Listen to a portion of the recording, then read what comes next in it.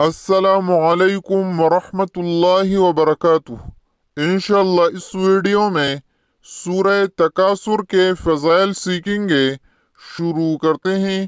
جو شخص اس سورت کو بعد از نماز مغرب ایک مرتبہ پڑھنے کا معمول بنا لے، اللہ اس کی مغفرت فرمائے گا۔ اس کے علاوہ قرض سے خلاصی پانے کے لیے اسے 17 روز تک بعد نماز عشاء 170 مرتبہ پڑھیں۔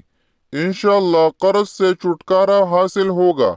اگر کسی شخص میں زرپرستی کا لالچ بہت زیادہ ہو اور وہ اپنے انجام کو بھولا ہوا ہو تو اسے چاہیے کہ اس سورت کو سوتے وقت 120 دن تک روزانہ 111 مرتبہ پڑھے۔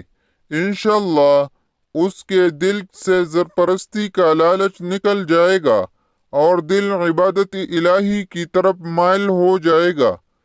اس ویڈیو میں اتنا ہی۔ اللہ حافظ۔